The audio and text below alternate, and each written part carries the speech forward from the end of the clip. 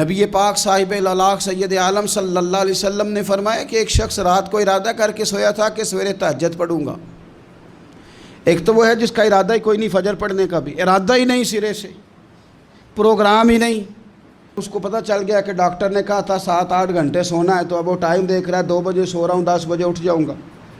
اس کی بیچ میں نیند ہے، صحت ہے، ڈاکٹر کی تنبیہ ہے، پر فجر تو شامل ہی نہیں۔ حالانکہ اس بات کو اچھی طرح سمجھ لیں، اگر آپ کا فجر پڑھنے کا ارادہ ہے اور 4 بجے کا 3:45 بجے کا آپ نے الارم لگا لیا ہے، تو 2 دن آپ کو الارم جگائے گا، تیسرے دن آنکھ خود بخود کھل جائے گی۔ انسان کی نفسیات ہوتی ہے کہ 2 دن وہ کسی چیز پہ اپنی عادت کو سونے جاگنے میں پکا لے، تو تیسرے دن وہیں اس کا وہ مزاج بن جاتا ہے۔ تو اگر نیت ہی نہیں، ارادہ ہی نہیں، پروگرام ہی نہیں، تو کیسے آنکھ کھلے گی؟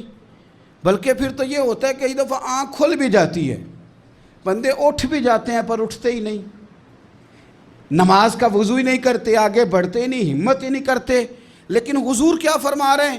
کریم محبوب علیہ السلام فرمانے لگے جس کا تہجد پڑھنے کا ارادہ تھا لیکن نیند غالب آ گئی، اٹھ نہیں سکا۔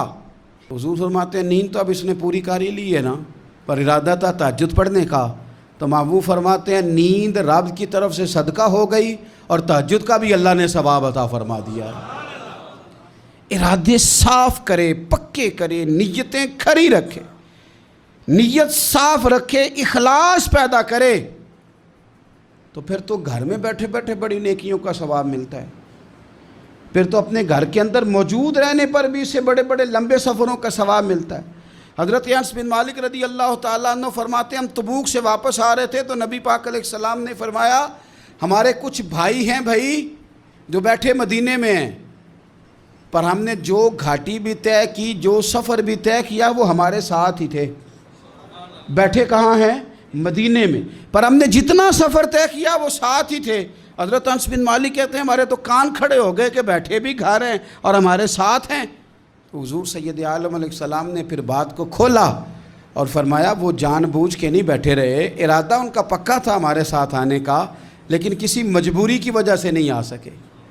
کوئی بیماری نے آ لیا تو نہیں آ سکے، چونکہ وہ مجبوری کی وجہ سے نہیں آ سکے، آ نہیں سکے، لیکن رب کریم نے ہم جس سفر سے گزرے ہیں اس کا اجر انہیں عطا فرمایا ہے۔ ثواب میں، اجر میں وہ برابر کے شریک ہیں، چونکہ ان کا ارادہ پورا تھا، پروگرام پکا تھا، وہ آنا چاہ رہے تھے۔